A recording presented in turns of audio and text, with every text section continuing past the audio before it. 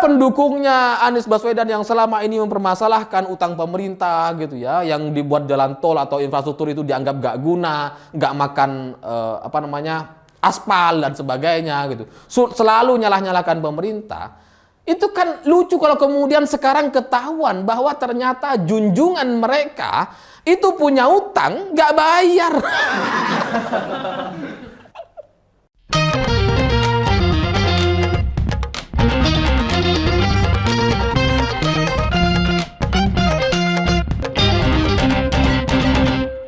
Selamat malam para mantan, selamat malam untuk semua mantan-mantan kalian yang masih punya utang tapi udah putus duluan.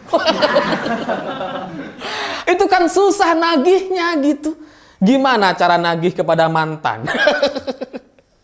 Ya karena cara untuk nagih hutang kan harus ada komunikasi gitu. Minimal tanya kabar, basa-basi, baru bisa nagih. Nah tapi kalau udah putus duluan, udah mantan, kan susah kita komunikasinya. Ya karena biasanya kalau udah putus, nomor kita kan diblokir-blokirin itu. Jadi nggak bisa nagih hutang habis itu gitu ya. Nah, cerita-cerita semacam itu bagi saya jadi mirip sekali dengan cerita hubungan antara Sandiaga Uno dan Anies Baswedan. Karena ternyata sampai sekarang Anies itu masih punya utang sebesar 50 miliar ke Sandiaga dan nggak dibayar-bayar. Ya gimana mau bayar gitu ya? Tahun 2019 Sandiaga udah milih jalan lain gitu ya. Udah milih menjadi calon wakil presiden dan kemudian kalah di Pilpres. Tapi setelah itu kan Sandiaga menjadi menteri. Anies kan ngenes gitu. Anies dipecat, kemudian jadi gubernur. Sandiaga, wakilnya, malah jadi menteri. Kan kayak diejekin gitu. Dan karena memang sudah putus duluan, putus di tahun 2019, maka Sandiaga kesusahan untuk nagih utang ke Anies. Gimana cara nagihnya gitu ya? Lewang udah mantan. Ya. Dan selain itu kalau sudah 5 tahun gitu ya, 5 tahun belum ada pembayaran, tidak ada niat untuk membayar, itu bukan utang lagi namanya, itu udah penipuan. Ya karena kalau utang, orang ngutang gitu ya, lewat sebulan, 2 bulan, 5 bulan, 6 bulan maksimal, itu utang tuh. Maaf ya kelewat 6 bulan misalkan, itu utang. Tapi kalau sudah 5 tahun nggak dibayar, emang nggak niat bayar aja. Dan kalau kita ngelihat Anies di Jakarta, selama memimpin Jakarta, itu kan terlalu banyak kelebihan bayar. Lah kok bisa utangnya sendiri nggak dibayar gitu. Sementara kasus kelebihan bayarnya itu banyak, ratusan miliar gitu. Komitmen fee Formula E aja 500 miliar kok. Masa uang 50 miliar dia nggak bisa bayar? Itu emang nggak niat aja gitu. Di Jakarta itu apa sih yang nggak digarap sama Anies? Pohon-pohon di Monas, tebangin ya, disehatkan menjadi rupiah. Bikin patung-patung gitu ya, patung bambu, patung batu, demi apa? Demi cari ceperan. Tapi dengan banyaknya kasus-kasus yang ada di Jakarta, kelebihan bayar dan segala ceperannya, ternyata hutangnya masih nggak dibayar. Ini kan keterlaluan gitu ya. Ya tapi ya begitulah tipikal orang-orang punya utang gitu. Kalau kita nagih, dia nggak bisa kita nagih gitu. Karena dia ngerasa kamu masih punya banyak uang, ngapain kamu nagih? Anies pikirnya kayak gitu, jangan-jangan gitu ya. Sandiaga masih jadi menteri gitu kan, perusahaannya masih oke gitu. 50 miliar mah kecil, ngapain dibayar? Sandi nggak perlu lah ya. Jadilah sampai sekarang, karena putus hubungan politik di tahun 2019 itu, ya mungkin itu menjadi alasan kenapa Anies nggak bayar-bayar. Udah putus duluan soalnya gitu. Dan kepada Anies, kepada orang yang punya utang gitu ya, kita itu nggak bisa nekan gitu. Kita itu nggak bisa maksa mereka untuk bayar gitu. Karena mereka merasa terzolimi nantinya. Merasa diserang mental mereka. Repot gitu. Dia yang punya hutang, dia yang nggak bayar, kita yang salah jadinya. Dan orang-orang seperti Anies gitu ya, saya ngelihat dia nggak mungkin bayar gitu. Ya karena Anies ini kan ahli tata kata. Semua permasalahan-permasalahan diselesaikan dengan tata kata. Termasuk utang bisa dia selesaikan dengan tata kata. Karena mungkin menurut Anies ini bukan utang. Ini pertukaran energi. Karena Sandiaga menjadi calon wakil gubernur waktu itu, kemudian Anies menjadi calon gubernurnya, dan mereka sama-sama butuh dana untuk kampanye dan pilkada gitu ya. Sehingga terjadilah sinkronisasi pertukaran energi antar keduanya. Jadi bagi Anies itu bukan hutang gitu, bagi orang lain, bagi Sandiaga itu hutang gitu. Tapi bagi Anies itu pertukaran energi. Makanya dia nggak mau bayar gitu. Ya karena dia merasa bahwa biaya itu adalah biaya kampanye yang wajar untuk dikeluarkan oleh Sandiaga sebagai orang yang punya uang. Sementara dia ngerasa punya uang juga, tapi nggak sebanyak Sandiaga gitu ya. Ya udahlah, pakai uangnya Sandiaga dulu ya. Nanti kalau menang saya bayarin deh. Pernah denger kan kalimat-kalimat kayak gitu? Familiar soalnya gitu ya. Pakai uangmu dulu ya. Iya. Nanti aku ganti. Seminggu, 2 minggu, 5 bulan, 5 tahun nggak diganti-ganti. Ya ini nih kasusnya sama nih. Jadi bagi Anies itu bukan hutang, itu pakai dulu. Dan tipikal Anies dan para pendukungnya itu kurang lebih sama gitu. Orang-orang yang emang nggak tahu diri, orang-orang yang nggak tahu sejarah gitu. Yang kemudian menyalah-nyalakan Sandiaga. Karena sekarang setelah terbongkar bahwa Anies masih punya utang 50 miliar ke Sandiaga, itu para pendukung Anies, mereka nggak terima gitu. Harusnya Sandiaga Uno itu bersyukur katanya. Dan itu wajar. Dia mau jadi calon wakil gubernur dengan Anies, ya wajar dia harus keluar uang. Ini orang-orang nggak tahu diri, nggak tahu sejarah ini. Orang-orang penyembah sumur resapan kayak gini nih. Karena sejarah yang benar gitu ya. Sebenarnya Pak Prabowo itu kan maunya di Pilgub DKI 2017, Prabowo itu maunya Sandiaga sebagai calon gubernurnya. Nggak mikirin soal Anies gitu, tapi kemudian beberapa minggu sebelumnya kemudian terjadi reshuffle dan Anies masuk dalam daftar reshuffle itu, dipecat dari menteri. Kemudian Sandiaga berpikir bahwa Anies ini pantas untuk kita ajak maju sebagai calon gubernur DKI gitu. Nah setelah itu Pak Prabowo masih nggak setuju kata Sandiaga. Tapi karena diyakinkan, kemudian Sandiaga Uno juga memberikan bantuan pinjaman dana ke Anies tanpa jaminan, tanpa bunga, 50 miliar gitu kan. Akhirnya terjadilah pasangan ini gitu, yang kemudian berujung kepada politik identitas dan sara di Pilkada DKI. Ya itu sejarahnya gitu. Jadi yang nggak tahu diri itu sebenarnya ya Anies, ya kalian gitu. Udah ngutang gitu ya, nggak punya partai, diajak masuk ke Gerindra gitu ya. Ya karena kalau yang di Gerindra asli itu kan Sandiaga, bukan Anies gitu. Jadi yang nggak tahu diri itu sekali lagi ya kalian gitu. Jangan bilang-bilang Sandiaga nggak tahu diri. Saya bukannya mau belain Sandiaga. Ini sejarahnya kayak gini gitu. Bahwa dulu tuh kayak gitu situasinya. Sehingga ketika Sandiaga memberikan bantuan dana, pinjaman kepada Anies, itu maksudnya ya dia berbaik hati aja sebagai orang yang punya uang gitu. Tapi bukan berarti harus dibiarkan begitu aja. Yang namanya utang ya dibayar gitu ya. Kecuali Sandiaga emang bilang nggak usah bayar deh. Kecuali bilang nggak gitu. Tapi Sandiaga selama ini kan nggak bilang nggak gitu ya. Dia nggak bilang nggak usah bayar. Jadi ya harusnya Anies itu tahu diri. Para pendukungnya harusnya ya mereka tahu diri lah gitu.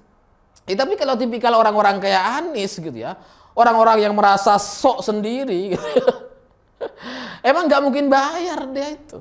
Jangankan bayar gitu ya, apa yang dikerjakan oleh Sandiaga Uno di Jakarta, dia hapus sama Anies tuh, dihapus-hapusin supaya tidak ada jejak Sandiaga Uno di Jakarta.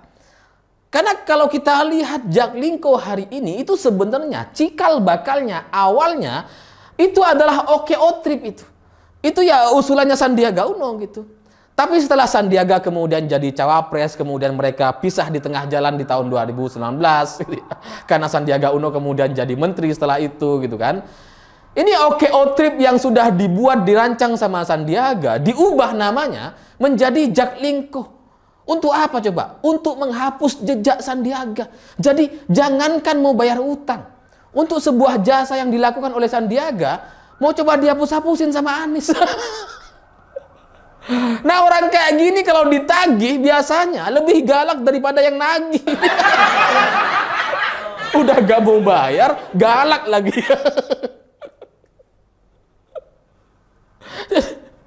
Jadi ya itulah apa yang terjadi di Jakarta, dan kemudian aib-aib ini terbongkar satu persatu. Dan lucu gitu, karena bayangkan gini ya, para pendukung Anies atau orang-orang yang anti dengan Presiden Jokowi atau pemerintah itu selama bertahun-tahun selalu mempermasalahkan utang pemerintah, utang Jokowi dan sebagainya gitu ya. Kemudian ada juga Raja Dungu misalkan bilang bahwa ya kalau cuma bikin jalan tol pakai utang, saya juga bisa, semua orang juga bisa gitu ya. Belum tentu gitu. Anies gak bisa. Dia bikin stadion, jalannya nggak diperbaiki, nggak bisa itu. Nggak semua orang bisa bikin infrastruktur. Bangunnya mungkin bisa, tapi berpikir untuk bikin itu dia nggak semua bisa gitu. Pak Jokowi bisa melaksanakan itu. Presiden SBY sebelumnya nggak bisa.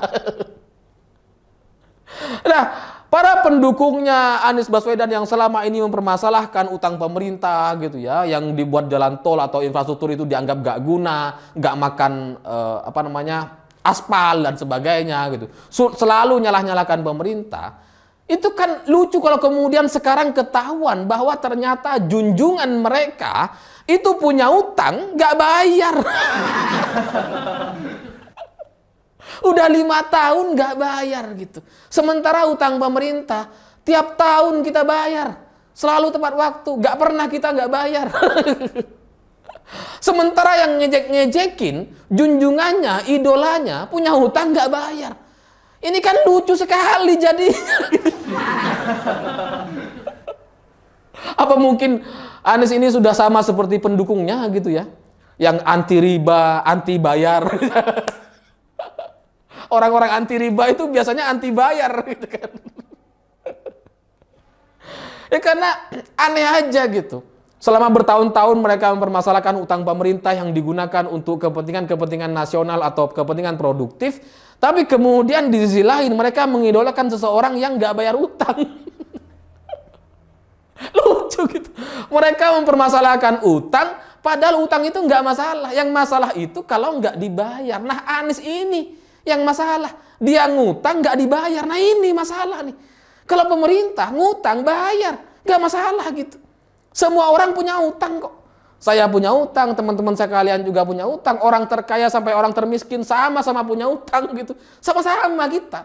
Yang berbeda cuma nominalnya aja kan. Cuma beda nominal cicilan dan angkanya gitu kan. Kita sama-sama punya utang. Utang itu nggak masalah.